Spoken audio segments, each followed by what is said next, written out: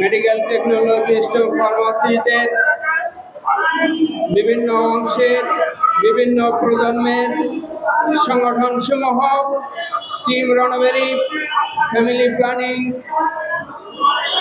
Medical technologist association, তারুণ্যের শক্তি pharmacist, medical technologist forum সহ বিভিন্ন পর্যায়ে যারা যেখানে যেভাবে কমিউনিটিকে প্রতিনিধিত্ব করেন, যেখানে বাংলাদেশের যেই সকল প্রান্তরে মেডিকেল টেকনোলজিস্টরা কর্মরত রয়েছে, সেই সকল মেডিকেল টেকনোলজিস্ট প্রতিনিধিত্বকারী সংগঠন সময়ের প্রতিনিধিবৃন্দ, সুপ্রিয় সাংবাদিক বন্ধুগণ ও দেশবাসী, সবাইকে শুভেচ্ছা জানিয়ে আমার কথা শুরু করছি।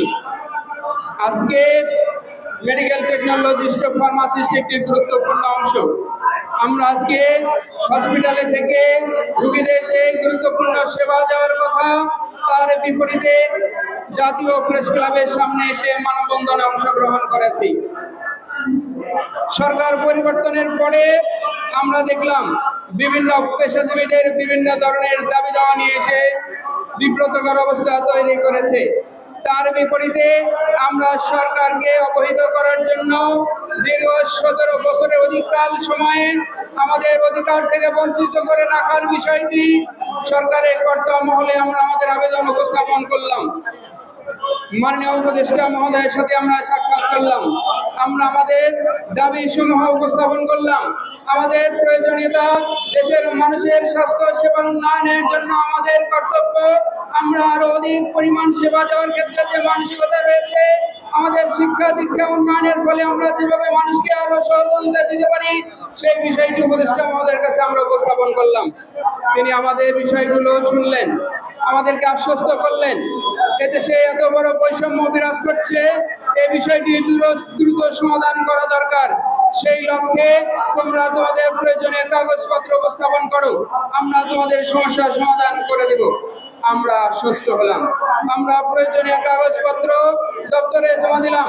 জমা দেওয়ার পর ধারাবাহিকভাবে দীর্ঘসূত্রিতা আবার শুরু হতে থাকলো, যেই কারণে দীর্ঘসূত্রিতার শুরু হওয়ার পরিপ্রেক্ষিতে সারা দেশের ইনস্টিটিউট অফ হেলথ টেকনোলজির ছাত্রছাত্রীরা তারা তাদের অধিকারকে নিয়ে রাস্তায় নেমে এলো। তারা তাদের কর্মসূচি পালন করা শুরু করলো, তারা ক্লাস বর্জন করলো, তারা পরীক্ষা বর্জন করলো।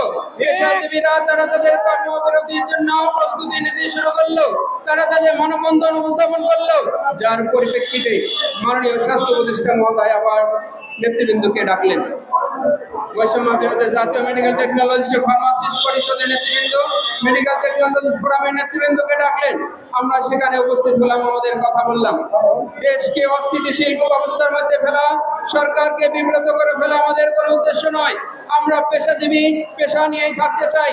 পেশার উন্নয়নের মধ্য দিয়ে মানুষের সেবাকে সহজতর করার যতগুলো কর্মসূচি আছে, আমরা সেই কর্মসূচি পালন করা শুরু করলাম। আমরা নির্ধারিত সময়ের চাইতে অতিরিক্ত ডিউটি করা শুরু করলাম।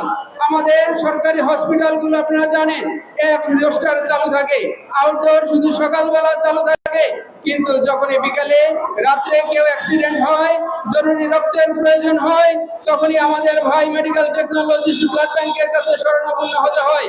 আমরা জরুরি দপ্তরগুলোতে ডিউটি অব্যাহত রাখলাম, কিন্তু সরকারের এই গুরুত্বপূর্ণ এই দপ্তরের কার্যক্রমগুলো সরকারের কর্তা ব্যক্তিরা যথারীতি গুরুত্ব দেওয়ার পরিবর্তে ধারাবাহিকভাবে অবহেলা করা শুরু করলো।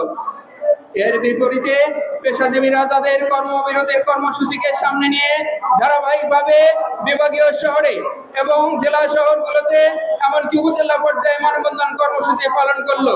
জাতীয় মিডিয়া সমূহ ধারাবাহিকভাবে তাদের কর্মসূচিগুলোকে প্রচার করা শুরু করলো, কিন্তু যেখানে দেশের মানুষের স্বাস্থ্য জড়িত, যেখানে সাধারণ মানুষের সেবা জড়িত, যাদের সেবাকে আর উন্নত করা যায়, সরকারের যে পরিমাণ ভর্তুকি আছে তার ভর্তুকি কমানো যায়, যেখানে ভর্তুকি কমানোর বিপরীতে সাধারণ মানুষের সেবা বৃদ্ধির মধ্য দিয়ে রাজস্ব আয় করা যায়, সরকারি লাভজনক কার্যক্রমগুলোকে উন্নতি না করে কেন বন্ধ করে রাখা হলো জাতির কাছে গুরুত্বপূর্ণ প্রশ্ন। এখানে কি এমন ষড়যন্ত্র রয়েছে, এখানে কি এমন বিষয় রয়েছে যেখানে সরকারের লাভ যেখানে সাধারণ মানুষের লাভ, সাধারণ মানুষের সেবা পাওয়ার অধিকার বেড়ে যায়, সুযোগ বেড়ে যায়, তাদের আয়কাল বেড়ে যায়, যেখানে সরকারের রাজস্ব আয়ের সুযোগ বেড়ে যায়, সেখানে কেন এই দপ্তরগুলোকে অবহেলিত করে রাখা হলো? তাহলে কি আমরা ধরে নিব এখানে কোনো অসাধুতা রয়েছে, এখানে কোনো চক্রান্ত রয়েছে, এখানে কোনো ষড়যন্ত্র রয়েছে, এখানে কিন্তু কোনো মহলের দুরভিসন্ধি রয়েছে? তাহলে আমরা এটা স্পষ্ট করে বলতে চাই, যে দপ্তরে যে ধরনের অসাধু অসৎ লোকই থাকুক, ফ্যাসিস্ট সরকারের লোকজন বসে যদি এই দপ্তরগুলোকে পঙ্গু করে দেওয়ার চেষ্টা করে, মানুষের সেবার অধিকারকে যদি বঞ্চিত করে, যদি দিনে 3 বেলা তাদের চিকিৎসা নেওয়ার সুযোগ থেকে বঞ্চিত করা হয়, তাদের 24 ঘন্টা রোগ নির্ণয় ব্যবস্থা থেকে বঞ্চিত করা হয়, তাহলে এই পেশাজীবীরা যদি দেশকে ভালোবাসে, এই পেশাজীবীরা যদি পেশাকে ভালোবাসে, তাহলে তারা ঘরে বসে থাকতে পারে না। সুতরাং সেই লক্ষ্যে সাধারণ মানুষের সেবাকে আরো সহজ করার জন্য, মানুষের সেবাকে আরো বৃদ্ধি করার জন্য, আমাদের সক্ষমতা এবং দক্ষতাকে মানুষের জন্য উজাড় করে দেওয়ার জন্য আমরা বলতে এসেছি। আমরা কোনো নতুন দাবি নিয়ে আসিনি, আমরা এসেছি আমাদের অধিকারের কথা বলতে, আমরা এসেছি সাধারণ মানুষের কথা বলতে। যে মানুষ মাত্র 60 টাকা দিয়ে সরকারি হাসপাতালে একটা পরীক্ষা করতে পারে, সেই মানুষকে কেন আপনি 300 টাকা দিয়ে প্রাইভেট সেক্টরে পরীক্ষা করতে বাধ্য করছেন? যে সিটি স্ক্যান এমআরআই মাত্র 2000 টাকা দিয়ে সরকারি দপ্তরে পরীক্ষা করা যায়, সেই সিটি স্ক্যান এমআরআই কেন আপনি প্রাইভেট সেক্টরে পরীক্ষা করতে বাধ্য করছেন? তাহলে কি আমরা ধরে নিব সরকারি ব্যবস্থা কোন প্রাইভেট সেক্টরের কাছে জিম্মি হয়ে যাচ্ছে? তাহলে কি আমরা ধরে নিব দেশের মানুষের মুক্তির যে সুযোগ রয়েছে, বৈষম্য দূর করে যে সরকার কার্যকর ভূমিকা নেওয়ার মধ্যে উন্নতি করতে পারত, সেই জায়গায় কেন বঞ্চিত করে রাখা হচ্ছে? সুতরাং এই সকল অপচেষ্টা, ষড়যন্ত্রের বিপরীতে আমরা পেশাজীবী হিসেবে রাস্তায় দাঁড়িয়েছি। আমরা এই সকল সুস্পষ্ট করে উপস্থাপন করতে চাই। সুপ্রিয় সাংবাদিক বন্ধুগণ, আপনাদের মাধ্যমে সরকারি সকল দপ্তরের পৌঁছে দিতে চাই, সরকারের খরচ না বাড়িয়ে মানুষের সেবাকে বৃদ্ধি করা যায়। আমরা এটা স্পষ্ট করে বলতে চাই, যদি 2 রোস্টারে ফার্মেসি চালু থাকে, 3 রোস্টারে ডায়াগনস্টিক ডিপার্টমেন্ট চালু থাকে, তাহলে প্রত্যেক দিনের ডাক্তার প্রেসক্রিপশন করা এবং টেস্ট করে সেই প্রতি ওই দিনেই ওষুধ খাওয়া শুরু করতে পারে। অন্যথায় তাকে 3 দিন অপেক্ষা করতে হয়। তাহলে যে সুযোগ আমাদের হাতে রয়েছে, পর্যাপ্ত জনবল রয়েছে, প্রায় 50,000 মেডিকেল টেকনোলজি ফার্মাসিস্ট বেকার রয়েছে, শুধু পদ সৃষ্টি করে সরকারের একই ভবন, একই মেশিনারিজ ব্যবহার করে 3 রোস্টারে ডায়াগনস্টিক ডিপার্টমেন্ট চালু রাখার মধ্য দিয়ে এই সেবাকে বিনা খরচে লাভজনক দপ্তরে পরিণত করা যায়। তাহলে কোন এক ষড়যন্ত্রের কারণে, কোন দূরদর্শিতার কারণে এই সম্ভাবনাময় খাতকে বিকলাঙ্গ করে রাখা হয়েছে। সুতরাং এই সেবাকে আরো সহজলভ্য করার একটাই রাস্তা, এই দপ্তরে সৃজন করে জনবল নিয়োগ করা। যদি 3 দপ্তরে মেডিকেল টেকনোলজি পর্যাপ্ত নিয়োগ করা হয়, ফার্মাসিস্টদের নিয়োগ করা হয়, তাহলে একই দিনে পরীক্ষা হবে, রোগ নির্ণয় হবে, ঔষধ পাবে এবং অল্প খরচে তার সরকারি ব্যবস্থাপনায় চিকিৎসা সম্পন্ন হবে।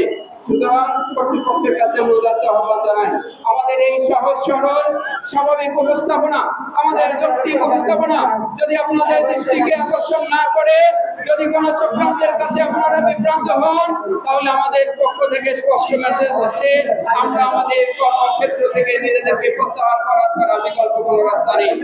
যদি প্রয়োজন হয় রক্ত লাগে রক্ত নিন, আমাদের অধিকার ফিরিয়ে দিন। জুলাই আগস্টের আন্দোলনে যেমন সামনে থেকে নেতৃত্ব দিয়েছে, অংশগ্রহণ করেছে, তেমনি পেশা মুক্তি নয়, শুধু সাধারণ মানুষের অধিকার ফিরিয়ে দেওয়ার জন্য আবার লড়াই করতে প্রস্তুত।